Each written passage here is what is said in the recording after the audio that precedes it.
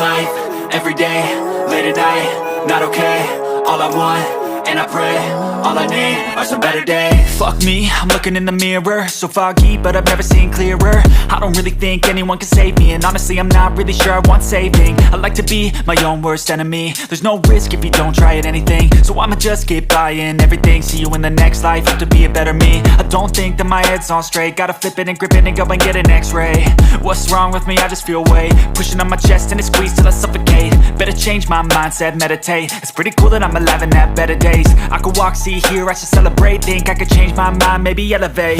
Living life, every day, late at night, not okay.